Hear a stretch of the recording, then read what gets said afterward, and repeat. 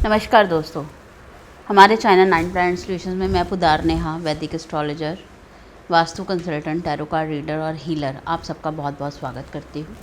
दोस्तों, मेरे वीडियोस को शेयर करने के लिए, कमेंट करने के लिए, लोगों तक पहुँचाने के लिए, इसको सब्सक्राइब करने के लिए आप सबका बहुत बहुत धन्यवाद।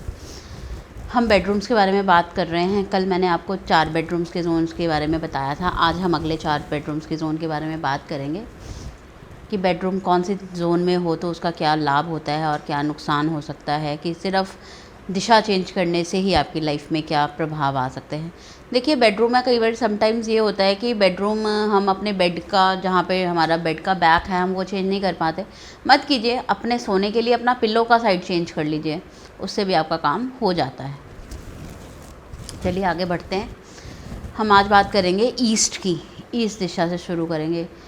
इस दिशा में सोने वाले इंसान की लाइफ में क्या इफ़ेक्ट आता है। जैसे कि मैंने आपको बताया है, ये नेटवर्किंग का, सोशल रिलेशंस का जोन है। तो यहाँ पे सोने वाले इंसान के रिलेशंस, नेटवर्किंग बहुत बढ़ जाती है, लोगों के साथ वो बहुत जुड़ जाता है। लेकिन इसका नेगेटिव एक इफ़ेक्ट क्या आता है, वो घर से पहले बाहर वालों की बात पे ज़्यादा ध्यान देता है। मतलब वो घर में तो है लेकिन वो घर में नहीं होता, आपके साथ बैठा है, फैमिली मेम्बर है आपका, लेकिन आपके साथ नहीं होता। वो कहीं ना कहीं उसका ध्यान अपने दोस्तों में, अपने सर्कल में, उसी में घूमता रहता है। तो यहाँ पे सोना एक तरह से अच्छा भी है, और कहीं ना कहीं अगर आप सिंगल हैं तो आप इस जगह पे सोते हैं, आप अकेले कहीं रहते हैं और इस जगह से सोते हैं। जैसे जॉब के लिए लोग बाहर जाते हैं तो वो बहुत अच्छी बात है, उससे आपके काम को ग्रोथ मिलेगी, आपको नेटवर्किंग मिलेगी। लेकिन फैमिली मेम्बर हो, फैमिली हो तो साथ में फिर थोड़ी सी परेशानी आ सकती है। खैर, चलिए हम अगली दिशा के बारे में बात करते हैं। ईएससी, पूर्व, दक्षिण पूर्व के बारे में बात करेंगे। यहाँ सोने से क्या होता है, यहाँ सोने से ज़्यादा गुस्सा बढ़ जाता है, किसी की बात समझ में नहीं आती। हमारा गुस्सा हमें भी नहीं पता होता। कई बार जैसे हमने बहस कर लिया, आर्ग्यूमेंट कर लिया, उसके बाद हम खुद ही सोचते रहते हैं ये मैंने क्यों किया, क्या रीज़न था, उसने तो ऐसा कुछ भी नहीं किया था। लेकिन हमें पता नहीं चलता हम ऐसा क्यों कर रहे हैं, क्योंकि हम ईएससी में सो रहे हैं। वो एंगर का जोन है, चर्निंग का जोन है।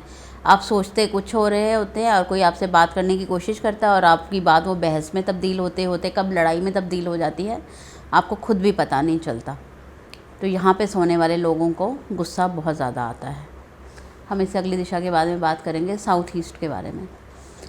साउथ ईस्ट में सोने वाले लोगों के साथ क्या होता है, पैसा नहीं उतना कमा पाते, रिलेशनशिप ख़राब होते हैं, हस्बैंड वाइफ का रिलेशनशिप ख़राब होता है, एक्स्ट्रा मैरिटल अफेयर्स में बहुत ज़्यादा ध्यान चला जाता है।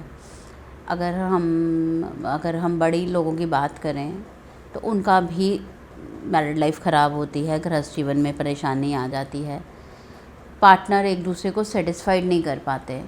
तो कहीं ना कहीं अगर आपका साउथ ईस्ट में बेडरूम है और आप एक नॉर्मल, मतलब मिड एज में हैं और आपको ये दिक्कतें आ रही हैं, तो अपना बेडरूम चेंज कीजिए, जिसकी वजह से आपको ये वाली दिक्कत का सामना नहीं करना पड़ेगा।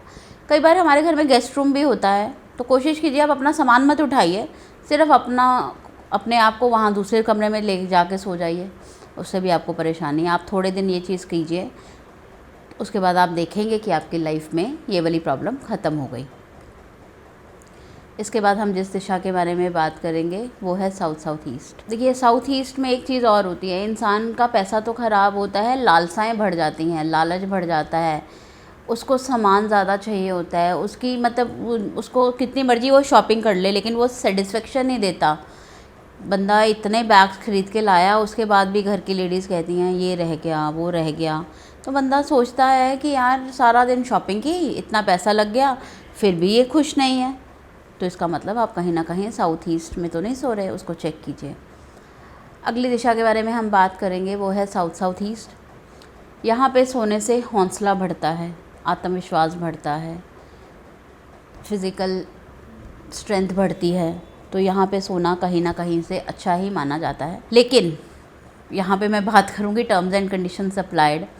अगर किसी वजह से आपका साउथ वेस्ट ख़राब है तो यहाँ पे सोने वालों में लड़ाइयाँ भी बहुत हो सकती हैं। अगर साउथ वेस्ट बैलेंस है फिर आपको कोई भी समस्या नहीं होगी, लेकिन अगर साउथ वेस्ट ख़राब है और आप यहाँ पे सो रहे हैं तो आपकी बिना वजह से लड़ाइयाँ होती रहेंगी। अदरवाइज़ इस जोन में सोना ख़राब नहीं होता। तो इसमें आप अगर आप सो रहे हैं तो अपना साउथ वेस्ट को बैलेंस कर लीजिए। आप उसमें देखिए क्या दिक्कत है, क्या नहीं है, क्या है, और इसको बैलेंस कैसे करते हैं ये आपको एक वास्तु कंसल्टेंट ही बता सकते हैं। इसके लिए आप वास्तु कंसल्टेंट को कंसल्ट कीजिए, उनसे पूछिए, उनसे पता कीजिए कि कैसे क्या चीज़ बैलेंस की जा सकती है, क्या चीज़ हो रही है हमारे घर में। देखिए दोस्तों, वास्तु लोग कहते हैं कि कई लोग कह देते हैं कि ड्रामेबाजी है, लोगों ने पैसा कमाने के लिए सिस्टम बना रखा है। तो ऐसा नहीं होता। अगर कोई चीज़ है और अगर उसको वो सही तरीके से आती है तो वो उसका सही उपचार आपको बता सकता है। डॉक्टर बहुत है, लेकिन आपको दवाई हर डॉक्टर की सूट नहीं करती, किसी किसी की करती है।